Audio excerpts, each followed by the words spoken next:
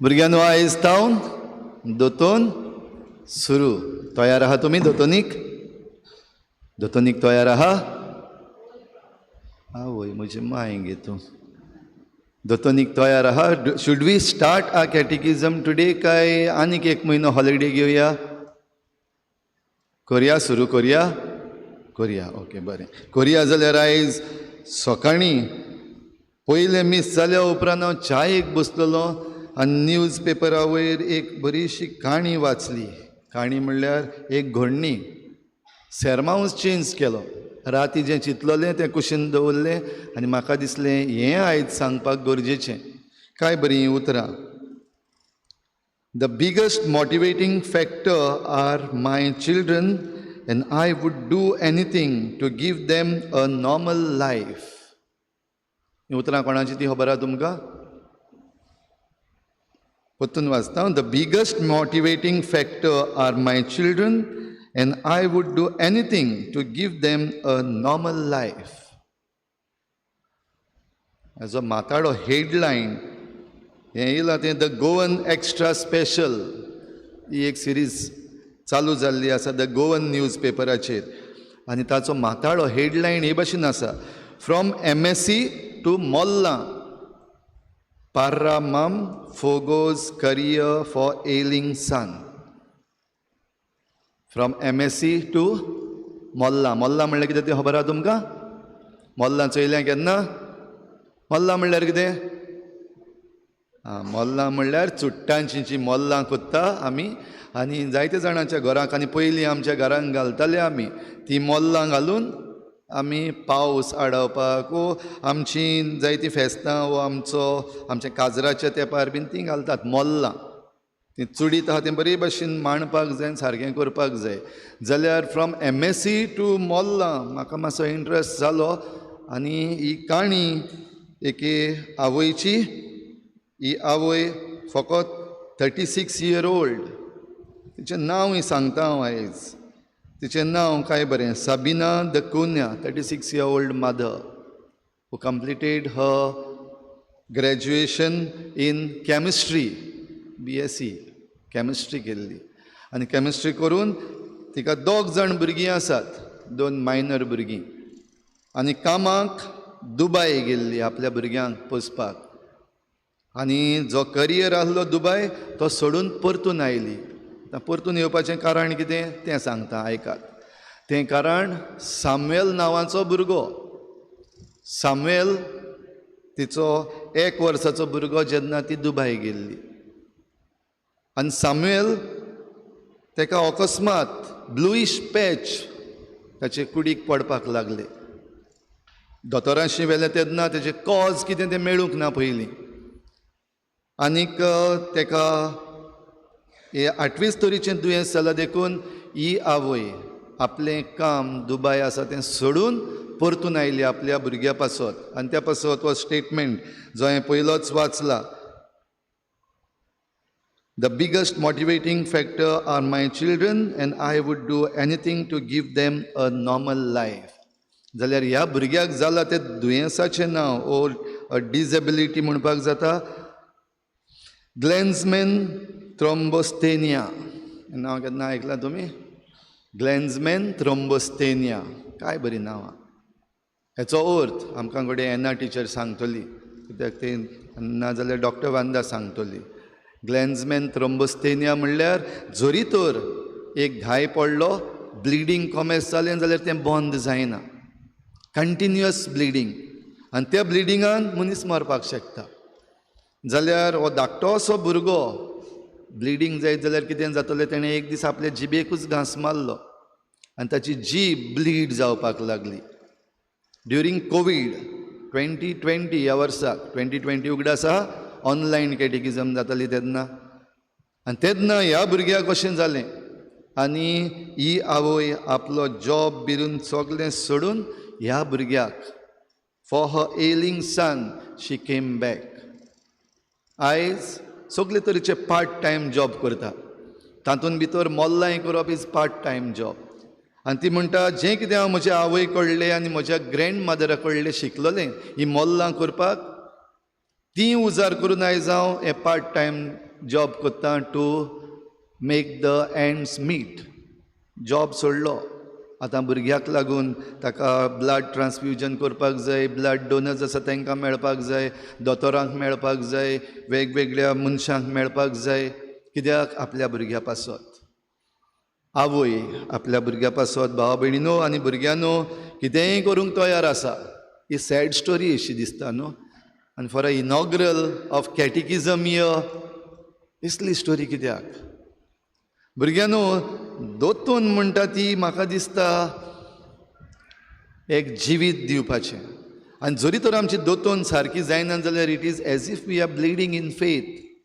आमचो भावार्थ जो आसा तो कंटिन्युअसली ब्लिडींग. आनी जरी तर तें ब्लीड जायत रावलें आनी रगत वसत रावलें जाल्यार कितें जातलें? सामेलाक कितें जावपाचें? तशेंच उरलेलें जाल्यार आमचेर मरण येतलें. We would die. जर दोतोन जरी तर आमची ब्लीड जावन काबार जाली आनी if we don't attend to it जाल्यार that is what will happen to us also. We will die in faith. भावार्थांत आमी मरोन वेतले. आनी ह्या पासत आवय बापूय संदेशकारां हो जागो घेता आवयचो. आनी they also must be saying today we are ready to do anything to give life to our children. Children are a motivating factor. Catechist, Sandeshkarano, who is your motivating factor? Which children? These children. ही सगळीं भुरगीं जी आयज बसून आसात, दोतोनीच्या मिसाक इनॉग्रलाक आयिल्लीं आसात आनी हे वर्सभर तीं दोतोन शिकतलीं. You are the motivating factor for these catechists and for parents also. Of course ती तुमकां दोतोन शिकोवपाक येवची ना, पूण घरा लागीं जायत्यो वस्तू शिकयतल्यो मोर देन द दोतोन इन द चर्च. आनी who is the motivating factor? You are the motivating factor. तर तुमी बेश्टे फॅक्टर जावन काबार जावपाक जायना. You cannot end up being factors, but you are special. आनी स्पेशल कित्याक?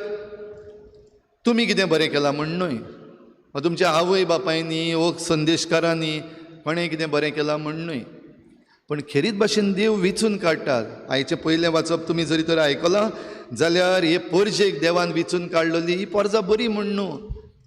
ही पोरजां पत्तून पत्तून मस्ती कोत्ताली. जायते पावटी तुमी कोत्ता ते भाशेन. थोडी पावटी दोतोनीक येनासतना रावता ते भाशेन देवाशी वचनासतना रावताली. थोडी पावटी आमी आनीक दुसऱ्यो वस्तू विचून काडटा ते भाशेन दुसऱ्या देवा फाटल्यानूय धांवतालीं पोरजां. आनी तांकां पनिशमेंट पासून दिल्लो देवान. 40 वर्सां तांकां घूं घूं केल्ले. कित्याक? अविस्वाशी जाल्ली देखून. पूण तरूय आसतना देव मोइजेसाक सांगता आयज आमी आयकलां जाल्यार, यू नो इगल? इगल जाणा? Have you seen an eagle? कितलीं पांखां आसता?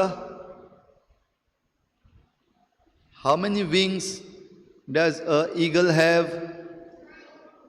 1, 2. Sure? Okay, every bird has 2 wings. जाल्यार देव म्हणटा हांव तुमकां घोणीच्या पाकोट्याचेर घेवन गेल्ल्या भाशेन वेता. I am carrying you on the wings of an eagle. देव तुमकां सगल्या भुरग्यांक, do you want to take a eagle ride? गेल्या तुमी केन्ना इगलाचेर बसून? तुमच्या घरांत सुणीं आसात वेगवेगळे तरेची. थोड्यांचे धाकटेशे आसात, थोड्यांचे व्हडले आसात. सुण्याच्या हाटीर केन्ना बसून गेला?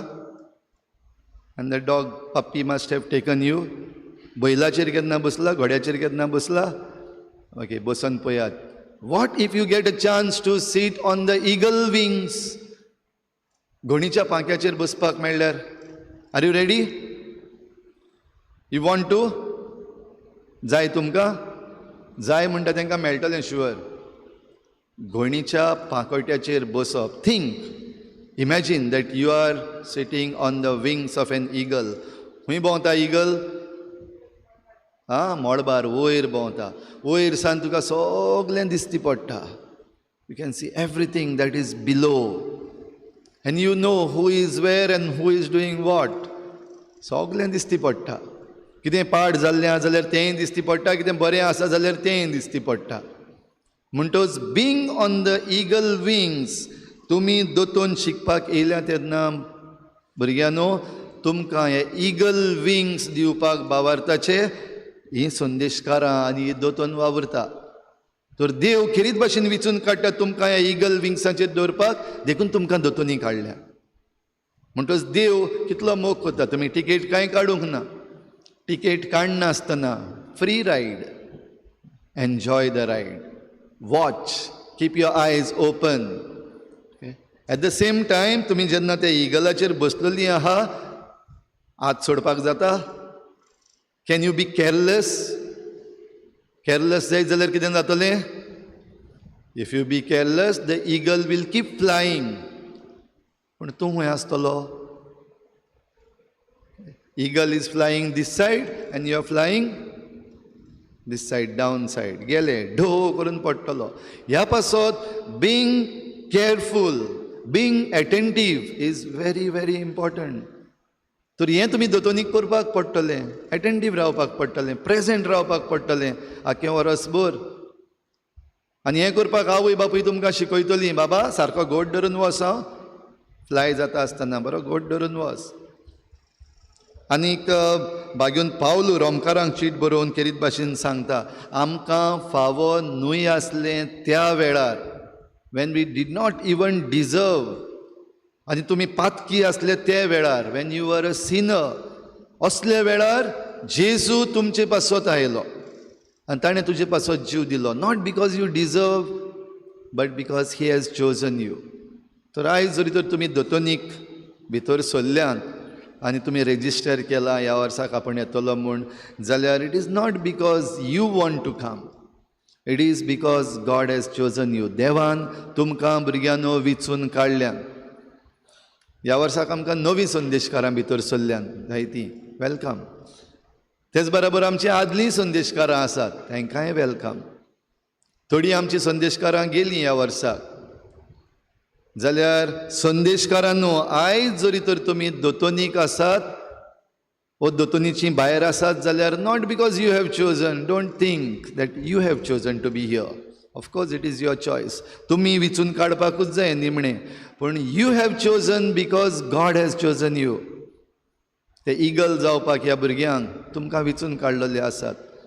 आनी जरी तर तुमकां ते इगल जावपाक देवान विचून काडलेले आसात, जाल्यार तुमचीं पांखां, भावार्थाचीं आनी दोतोनीचीं पांखां देव घोट करता. कित्याक ह्या भुरग्यांक ह्या इगल विंग्सांचेर व्हरपाक जाय आख्खें वरसभर. आनी त्या पासत मातशे त्रास काडपाकूय पडटले, त्या पासत तुमची तयारी करची पडटली, त्या पासत वाचपाक पडटलें. फकत बेश्तो टॅक्स्ट बुकूच न्हय, पूण तुमच्या जिविताचो टॅक्स्ट बूक ह्या भुरग्यांक उक्तो करचो पडटलो. आनी you will have to be eagles, देवाचे eagles. With eagle wings you are going to carry these children. आनी तेन्ना हीं भुरगीं आपल्या भावार्थान घट जातलीं आनी भुरग्यांक फावो त्या वेळार आपलें मार्गदर्शन दिवंक, फावो ते भाशेन तांकां पावोवंक, तांची खबर घेवपाक आवय बापूय बीन तांकां इगल्स जातले. असल्यो घोणी ज्यो सगळें पळयतात, दे वील बी अवेर. वयर रावन जे भाशेन ते घोणीक सगळ्यांक दिश्टी पडटा, ही आवय बापूय विचारतलीं संदेशकारांक, पातकुराक, पादविगाराक, फादर म्हजो चेडो शिकता, म्हजें चेडूं येता दोतोनीक सारकें, मस्ती कोत्ता, ताका होमवर्क दिला तो आयज करूंक ना तेणें, वो तेणें होमवर्क केला तो रातभर केला, सांगतलीं तीं.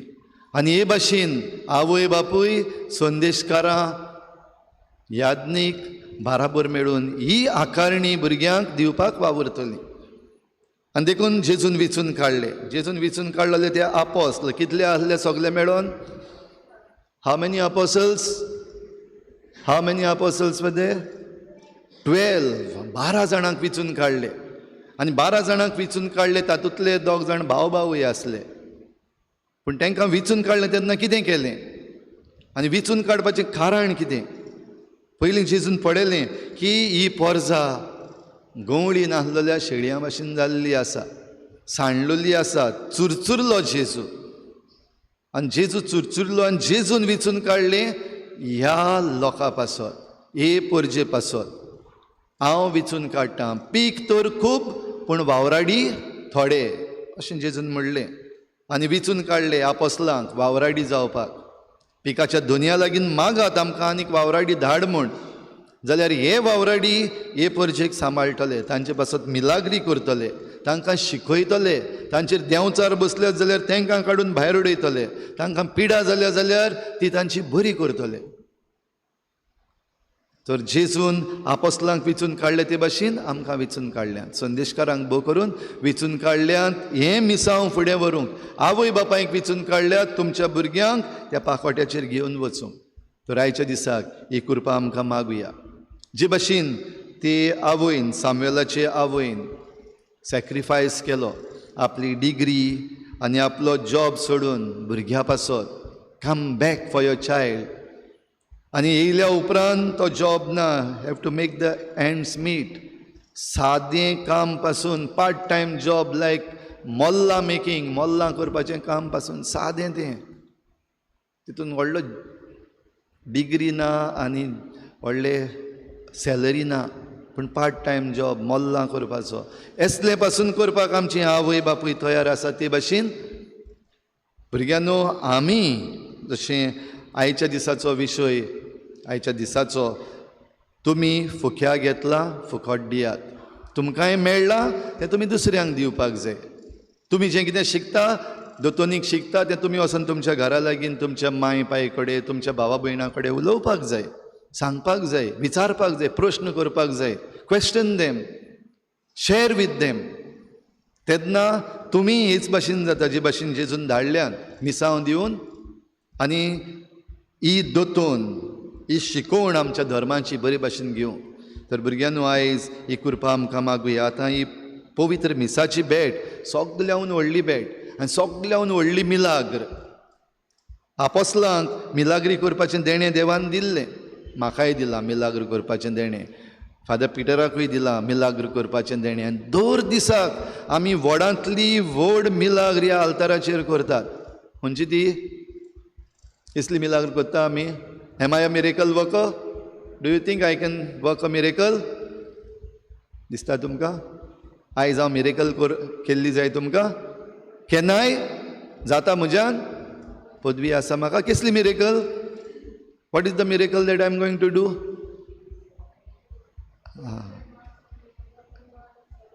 सादो उंडो आनी सोरो जो आसा तो जेजूच्या खऱ्या मासा रोगतान बदलपाची पदवी ह्या हातांक आसा, फादर पिटराच्या हातांक आसा. आनी दर दिसाक आमी ही व्हडांतली व्हड मिलाग्र आख्ख्या संवसारांतली, ह्यार सगल्यो मिलाग्री फाटी, पूण ही मिलाग्र दिसाच्या दिसाक एक यादनीक कोत्ता. फकत यादनिकाच्या माखलेल्या हातांनी तें करपाक जाता देवाचे कृपेन. जाल्यार ही मिलाग्र आयज तुमचे पासत नव्यान घडटा तेन्ना आमी जण एकलो आमकांच ह्या आल्ताराचेर दवरुया. हें आख्खें आमचें दोतोनीचें वरोस ह्या आल्ताराचेर दवरुया. शिकोवण जी आमी घेतली, ती आमची शिकोवण, आमची डॉक्ट्रीन जी आसा ती ह्या आल्ताराचेर दवरुया. आमची जबाबदारी एज पेरंट्स एंड एज कॅटिकिस्ट आमी ह्या आल्ताराचेर आयज दवरुया. आमची उर्बा एज चिल्ड्रन, एज कॅटिकिजम चिल्ड्रन आमी ह्या आल्ताराचेर दवरुया. आनी तेन्नाच आमी जायत्यो असल्यो मिलाग्री जेजू बराबर करूंक पावतले, एकामेकाक आमी मोटिवेटींग फॅक्टर म्हूण पळोवपाक पावतले आनी देवाचें राज परगटपी आमी जातले. तर हेंच आमकां जो उलो मारलेलो आसा, होच उलो जो आमी विशयान पळयला, तोच आमच्या जिवितान घालूंक आमकां कृपा मागुया. पीक तर खूब पूण वावराडी थोडे, देखून दोनया लागीं वावराडी धाड म्हूण मागात. खरीत भाशेन आमी ह्या वेळार मागुया आमच्या ह्या वावरान आमकां जायते वावराडी मेळूं. तशेंच आमी जण एकलो भुरगीं, तशींच वाडलोलीं तरणाटीं, तशींच संदेशकारां आनी आवय बापूय दिसाच्या दिसाक आमी असले देवाचे वावराडी जावंक आमकां कृपा मागुया. आनी आमचे हात जोडून जेजून शिकयल्ल्या प्रार्थनांतल्यान बापाक सगलीं उलो मारुया. आमचे बापा स्वर्गींच्या, तुजें नांव पवित्र जावं, तुजें राज आमकां येवं, तुजी कशी स्वर्गार जाता तशी संवसारांत जावं. आमचो दिसपट्टो गिरास आज आमकां दी, आनी आमी आमचे चुकल्यांक बक्षिता तशी आमची पातकां बगोस, आनी आमकां ताळणीत पडूं दिवं नाका, पूण वायटांतली आमकां निवार.